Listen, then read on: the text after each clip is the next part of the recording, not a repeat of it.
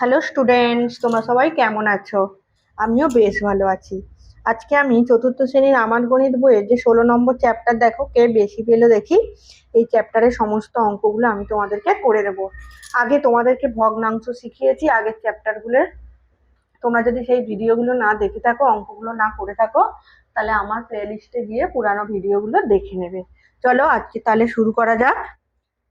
তাহলে আজকেরই আমি ভগ্নাংশের একটা নতুন জিনিস শিখবো। ভগ্নাংশ যে শিখলাম, ভগ্নাংশের মধ্যে কোনটা ছোট কোনটা বড় এবং সেগুলোকে কিভাবে লিখতে হয় সেগুলো আমরা শিখবো। তাহলে কি বলছে দেখো, বর্ধমান জেলার মশা গ্রামে রজনীদের বাড়ির ছাদে কুমড়ো গাছে দুটি বড় কুমড়ো হয়েছে। প্রতিবার রজনীরা তাদের গাছের ফসল গ্রামের বন্ধুদের দেয়। এবার অনিল জেঠু কুমড়ো চেয়েছেন। তাই রজনী গাছ থেকে একটি কুমড়ো পেড়ে সমান 4টি ভাগ করলো। 4টি ভাগের 2 ভাগ অনিল জেঠুকে আর 1 ভাগ রহমান চাচাকে দিল, আর বাকি কত ভাগ বাড়ির জন্য রাখলো। দেখো এবার ভালো করে, কটা ভাগ ভাগ করেছে? 4 ভাগে ভাগ করেছে। 2টো ভাগ দিয়েছে আর 1টা ভাগ, তাহলে 3টে ভাগ দিয়ে দিয়েছে। তাহলে বাকি কত ভাগ পড়ে থাকবে? 1 ভাগ। তাহলে 1 ভাগ বাড়ির জন্য রাখলো। অনিল জেঠু পেলেন গোটা কুমড়োর সমান কত ভাগের কত ভাগ বলো তো? তাহলে 2 ভাগ দিয়েছে না, সমান 4 ভাগের 2 ভাগ, বা কত অংশ? উপরে কি বলেছি, লব 2 বসবে, হর 4 বসবে। তাহলে রহমান চাচা গোটা কুমড়ো সমান 4 ভাগের কত ভাগ দিয়েছেন? 1 ভাগ। তাহলে 1/4 অংশ পেলেন। বুঝতে পারলে কিভাবে লিখলাম ভগ্নাংশগুলো? আগেই তো তোমরা শিখেছো। এবারে বলছে বাড়ির জন্য রাখলো গোটা কুমড়োর সমান কত অংশ রেখেছে। দেখো, গোটা কুমড়োর সমান 4 ভাগের 1 ভাগ রেখেছে, এই যে 1 ভাগ। তাহলে এটাকে কি বলছে? 1/4 অংশ। বুঝতে পারলে? তাই অনিল জেঠুর পাওয়া কুমড়োর পরিমাণ রহমান চাচার পাওয়া কুমড়োর পরিমাণ কি বেশি? তো অনিল জেঠু 2 ভাগ পেয়েছে আর রহমান চাচা 1 ভাগ পেয়েছে, তাহলে অনিল জেঠু তো বেশি পেয়েছে। তার পুরো অনিল জেঠু পাওয়া কুমড়োর পরিমাণ গ্রেটার দ্যান লেস দ্যান। তোমরা তো শিখেছো, তোমরা তো এখন ক্লাস 4, উঁচু ক্লাসে পড়ো, নিচু ক্লাসে তো শিখেছো গ্রেটার দ্যান লেস দ্যান কিভাবে লিখতে হয়। যেদিকটা বেশি থাকে সেদিকটাই হা মুখটা থাকে, তাই তো? তাহলে এটা কি এরকম লিখতে হবে না? দেখো তাহলে 2/4 অংশ গ্রেটার দ্যান 1/4 অংশ, তাই তো? অনিল যেহেতু কত পেয়েছে, দেখো এখান থেকে লিখি 2/4 অংশ, আর রহমান চাচা কি 1/4 অংশ, তাহলে 2/4 গ্রেটার দ্যান 1/4। এখানে ভাই কি পড়বো? 2/4 গ্রেটার দ্যান 1/4। বুঝতে পারলে? তাহলে অন্য কুমড়োটি মা সমান 6টি টুকরো করলেন।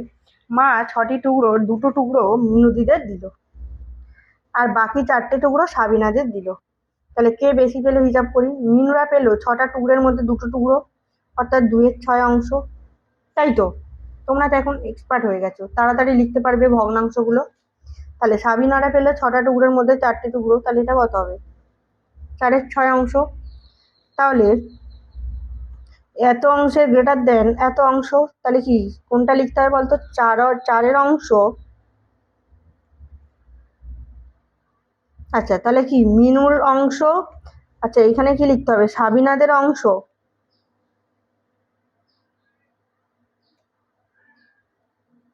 তাহলে কোনটা লিখবো?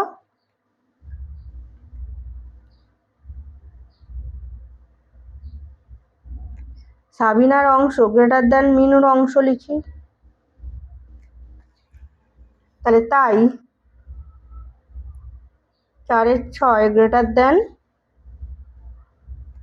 2/6। বুঝতে পারলে? সাবিনারা বেশি পেয়েছে, মিনুরা কম পেয়েছে। তাহলে এইভাবে এই ধারণাকে কাজে লাগিয়ে পরের অঙ্কগুলো আমাদেরকে করতে হবে। চলো পরের পৃষ্ঠাতে যাই। তাহলে কি বলছে দেখো, নিচের ছবিতে রং দেখিও, ফাঁকা ঘরে লিখি। তাহলে নিচের ছবিতে 3টে কালার করা আছে আর সমান অনেকগুলো ভাগে ভাগ করা আছে। তাহলে আগে কটা ভাগে ভাগ করা আছে গুনে নি। তাহলে 1টা 2টো 3টে 4টে 5টা 6টা 7টা 8টা 9টা। তাহলে এরকম দেখো 1টা 2টো 3টে 4টে, তাহলে মোট 36টা ভাগে ভাগ করা আছে। এবার লাল রং কত অংশে করা আছে দেখো, 1 2 3 4 5 6 7 8 9 10 11। তাহলে লাল রং কত আছে দেখো, 11 36 অংশে, তাই তো? তারপরে দেখো সবুজ রং কত অংশে করা আছে, 1 2 3 4 5 6 7। তাহলে 7 36 অংশে সবুজ রং করা আছে। বেগুনি রং দেখো 1 2 3 4 5 6, 6 36 অংশে বেগুনি রং করা আছে। আর রং দেওয়া হয়নি, আচ্ছা অন্য রং দিলাম, আমি একটা যে কোনো রং এখানে দিলাম, ধরো এই তোমার নীল রংটা দিলাম।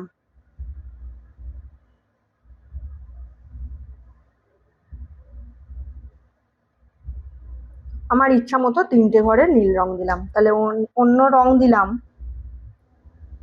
3 36 অংশে। তাহলে রং দেওয়া হয়নি কত অংশে? 1 2 3 4 5 6 7 8 9 অংশে। রং দেওয়া হয়নি 9 36 অংশে। বুঝতে পারলে? এবারে দেখো এই ছবি দেখে তোমাদেরকে এগুলোকে হিসাব করতে হবে। তাহলে ছবিতে লাল রঙের অংশ সবুজ রঙের অংশের থেকে বেশি না কম? লাল রঙের অংশ দেখো 11 36, সবুজ রঙের অংশ 7 36, তাহলে 11 বড় না 7 বড়? অবভিয়াসলি 11 বড়। তাহলে কি লাল রং বেশি? লাল রঙের অংশ গ্রেটার দেন সবুজ রঙের অংশ, তাই 11 36 গ্রেটার দেন 7 36। এবার দেখো ছবিতে বেগুনি রঙের অংশ সবুজ রঙের অংশের থেকে বেশি না কম? তাহলে বেগুনি আছে দেখো ছবিটায় 1 2 3 4 5 6, 1 2 3 4 5 6 7, তাহলে বেগুনি রঙের অংশ লাল এই সবুজ রঙের অংশের থেকে কম। তাহলে বেগুনি রঙের অংশ থেকে সবুজ রঙের অংশ বেশি, তাহলে তাই 6 36 লেস দেন 7 36। বুঝতে পারলে? তাহলে ছবিতে আমার দেওয়া অন্য রঙের অংশ কি দিয়েছি? অন্য রং দিলাম 3 36 অংশ, আর সবুজ রঙের অংশ দিয়েছি 7 36, তাহলে আমার দেওয়া অংশ থেকে সবুজ রঙের অংশ বেশি। তাহলে তাই কি পেলাম দেখো, আমার দেয়া 3 36 আর কি আছে সবুজ রং 7 36, তাহলে 7 36 বড়।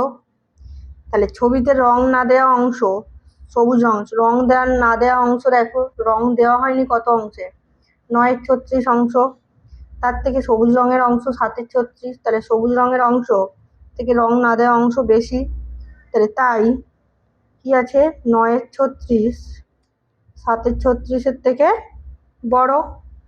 তাহলে দেখো ভগ্নাংশের হর সমান রেখে লব বাড়লে বা কমলে ভগ্নাংশের মান বাড়ে কমে। এখানে দেখো সবগুলোর হর সেম আছে, তাহলে আমরা লবকে ছোট বড় দেখে আমরা বুঝছি যে ওটা বেশি না কম। বোঝা গেল আমরা ভগ্নাংশের তুলনা কিভাবে করব? যদি হর সমান থাকে তাহলে লব বাড়লে ভগ্নাংশটা বাড়বে, আর লব কমলে ভগ্নাংশটা কমবে। চলো পরের পৃষ্ঠাতে যাই। দেখো এখানে কি বলছে, নিজে তৈরি করি। আগের পৃষ্ঠার মতো নিজেকে একটা তৈরি করতে হবে। তাহলে শাহানারা একটি আয়তক্ষেত্রাকার কাগজ নিল, সে কাগজটিকে ঘর কেটে সমান অনেকগুলো ভাগ করলো ও সব ঘরে রং করলো। সব ঘরেই রং করতে হবে। তাহলে শাহানারা সবুজ রং দিল এত অংশে, কমলা রং দিল এত অংশে, নীল রং দিল এত অংশ, অন্য রং দিল এত। দেখি কোন রং বেশি দিলাম। তাহলে দেখো কি করেছে, কাগজের টুকরোকে কটা ভাগে ভাগ করেছে আমরা দেখে নিই। তাহলে 1 2 3 4 5 6, 1 2 3 4, তাহলে মোট হচ্ছে সে ঘরগুলোকে 24টা ভাগে ভাগ করেছে। তাহলে ভালো হয়েছে। তাহলে সবুজ রং দিয়েছে আমি একটা, দুটো,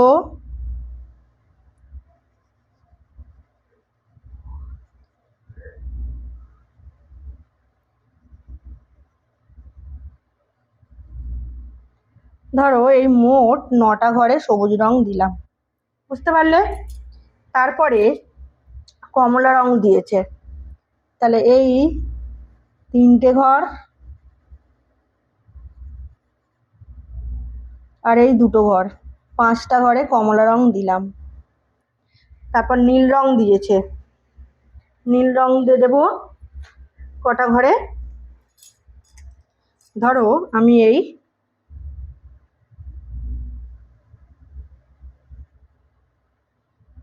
6টা ঘরে নীল রং দিলাম। বোঝা গেছে? আমার ইচ্ছা মতো দিয়েছি। আর অন্য রং দিলাম এই বাকি রংগুলো। সব ঘরে কিন্তু রং করতে বলেছে।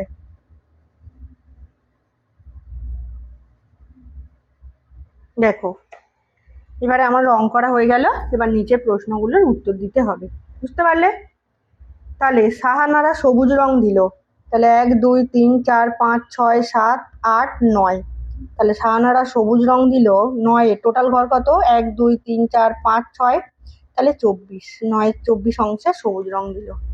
তাহলে কমলা রং দিল 1 2 3 4 5, তাহলে 5 24 অংশে কমলা রং দিয়েছে। নীল রং দিয়েছে 1 2 3 4 5 6, তাহলে নীল রং দিল 5 6 24 অংশে। আর অন্য রং দিল 1 2 3 4, 4 24 অংশে অন্য রং দিয়েছে। দেখি কোন রং বেশি দিলাম। তাহলে সবুজ রঙের অংশ আর কমলা রঙের অংশ দেখো। সবুজ রঙের অংশ এতটা পোষা না, কমলা রঙ, তাহলে সবুজ রংটা বেশি। তাহলে সবুজ রঙের অংশ কমলা রঙের অংশের থেকে বেশি। তাই কি পেলাম না 9 24 গ্রেটার দেন 5 24। বুঝতে পারলে? এবারে কি বলছে, কমলা রঙের অংশ আর নীল রং দেখো। কমলা রং দেখো এইটা, আর নীল রং দেখো এইটা। তাহলে কমলা রঙের অংশে নীল রঙের অংশ কি বেশি না, নীল রংটা। তাহলে তাই কি পেলাম 5 24 লেস দেন 6 24। বোঝা গেছে? তাহলে মোট রঙিন হলো সবুজ রঙের অংশ, কমলা রঙের অংশ, নীল রঙের অংশ আর অন্য রঙের অংশ। তাহলে সবুজ রং কত দিয়েছি দেখো 9 24 অংশ, কমলা রং দিয়েছি 5 24 অংশ, নীল দিয়েছি দেখো 6 24 অংশ, আর অন্য রং দিয়েছি দেখো 4 24 অংশ। তাহলে যোগ করো 9 5 14 আর 6 কত হবে 20 আর 4 24 আর নিচে 24। তাহলে 24 আর 24-এর অংশ কত? এক অংশ বা সম্পূর্ণ। আমি সব ঘরেগুলো রং করেছি সম্পূর্ণ অংশ, তাহলে পেলাম। বোঝা গেল? সম্পূর্ণ অংশে রং করেছি। এবারে তোমাকে এইগুলো দেখে আর রং দিয়ে ছৌ না এঁকে তোমাকে ভগ্নাংশে ছোট বড় তোমাকে বলতে হবে, greater than less than sign বসাতে হবে। তাহলে দেখো কি বলেছে, 3 8 5 8 কে বড়? 3 বড় না 5 বড়? হর একই থাকলে আমরা লবগুলোকে দেখবো। তাহলে হর একই আছে, লব যে বড় হবে সেই বড় হবে। তাহলে লব এইটা বড়, 5 বড়, তাহলে 5-এর দিকে হাঁটা থাকবে। তাহলে 3 8 লেস দেন 5 8। তারপরে 2 7 1 7, তাহলে 2 বড়, তাহলে 2 7 গ্রেটার দেন 1 7। 8 11 9 11, 9 বড়, তাহলে লেস দেন 9 11।